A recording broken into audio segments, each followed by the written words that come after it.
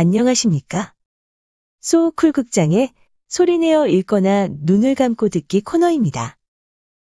오늘은 숙종 임금 시절에 실제로 있었던 일로서 백성의 편에 서서 목숨을 건 암행어사 이야기입니다.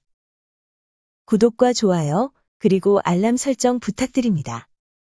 재미있고도 좋은 글로 보답하겠습니다.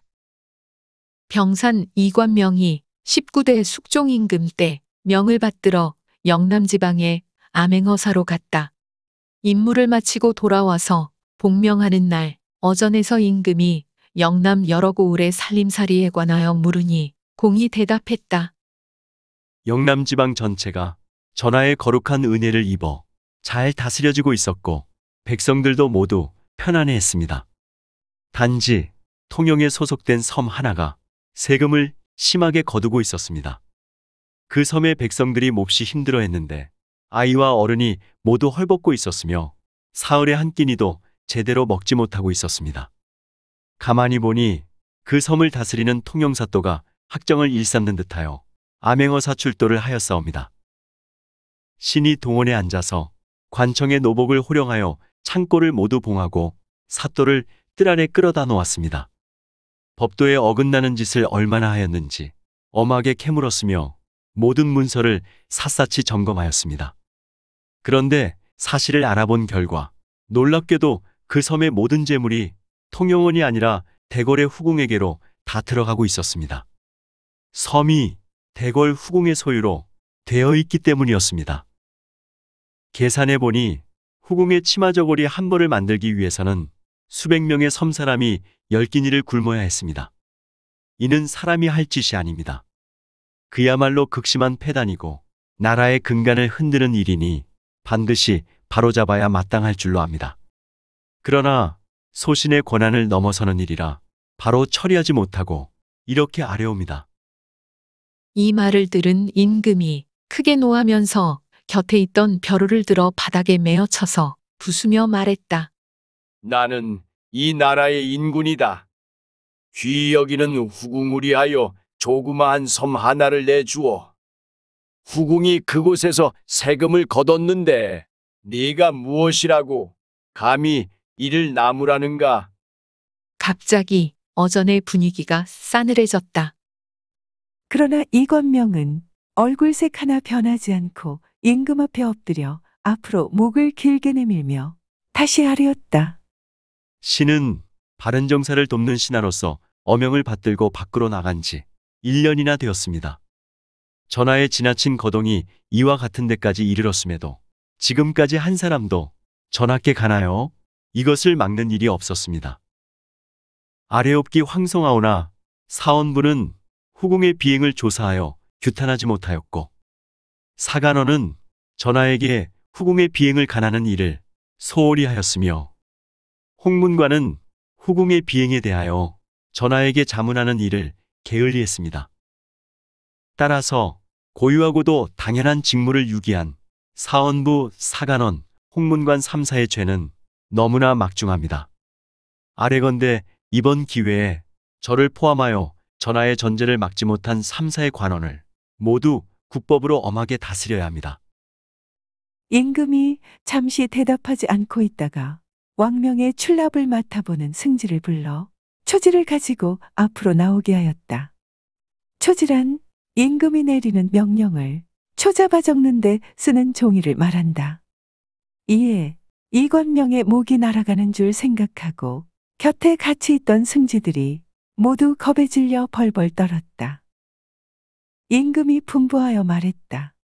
이관명을 홍문관 부제학으로 삼는다. 하여 승지가 받았었다. 임금은 또 분부하여 말하기를 이관명을 홍문관 제학으로 삼는다. 하여 승지가 받았었다. 임금은 또 분부하여 말하기를 홍문관 제학 이관명을 호조판서로 임명한다. 말하고는 이어 하교하였다. 지금 듣고 생각해보니 짐의 행동이 아주 잘못됐고 경의 말은 실로 옳다.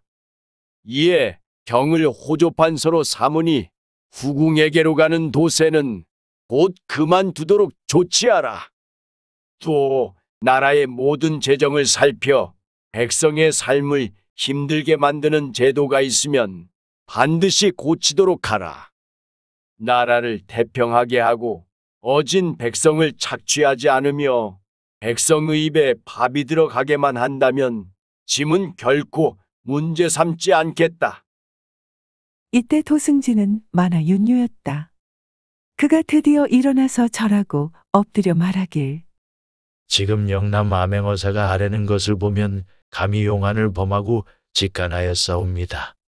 하지만 전하의 거룩한 뜻이 넓고 커서 신하가 가나는 말을 따름이 물이 순하게 흐름과 같사옵고, 더구나 그를 호조판서로 뽑아 올리시고 후궁을 위하여 세금 거두는 일을 없애버리게 하니 임금이 밝으면 신하가 바르다고 하는 말 그대로입니다.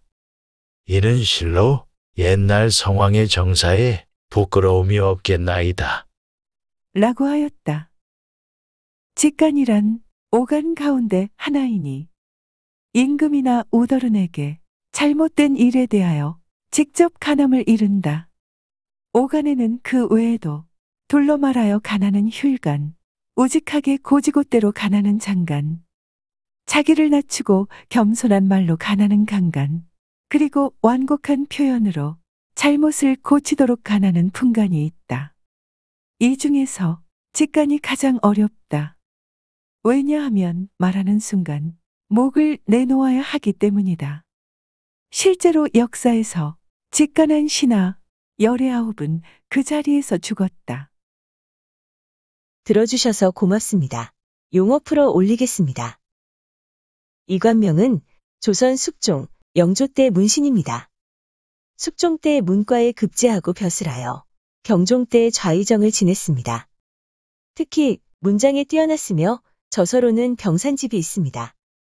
주지하다시피 암행어사는 지방 방백의 치적을 살피고 백성의 노고를 조사하기 위하여 어명으로 비밀이 파견하는 특사입니다.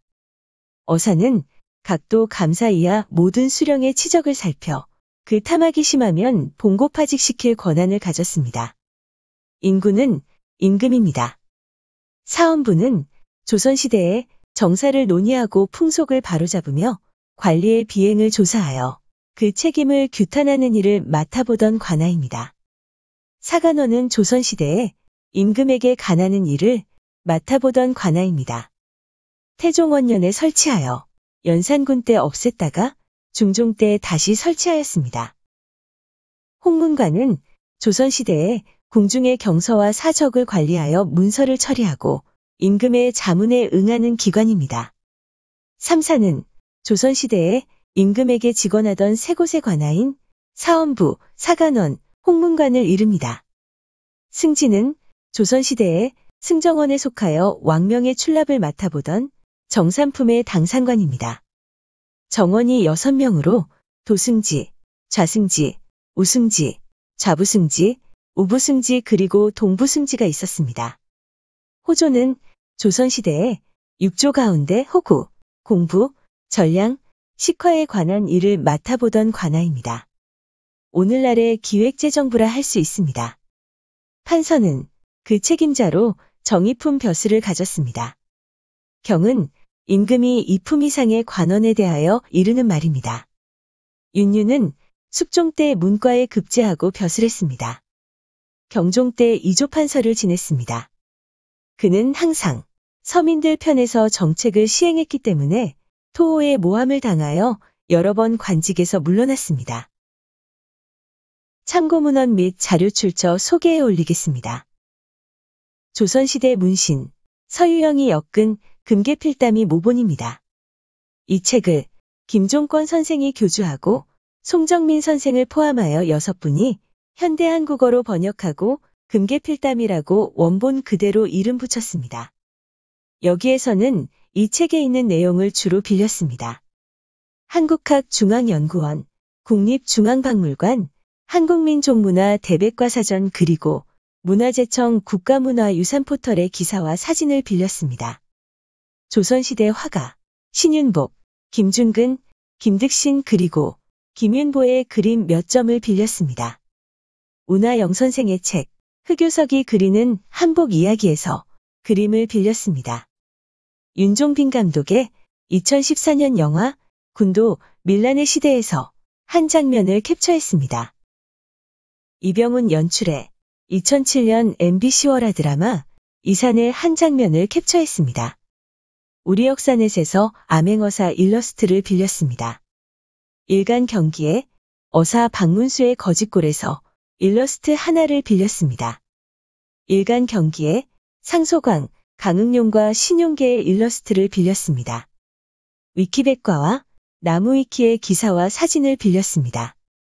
123RF, 핀터레스트, 픽사베이, 크라우드픽, 클리바트 코리아, 픽스타, PNG트리 그리고 게티 이미지뱅크의 사진과 일러스트를 빌렸습니다. 소 쿨극장은 일주일에 3번, 매주 화요일, 목요일 그리고 토요일 오전 10시 전후에 이야기를 올립니다. 고맙습니다. 다음에 만날 때까지 안녕히 계셔요.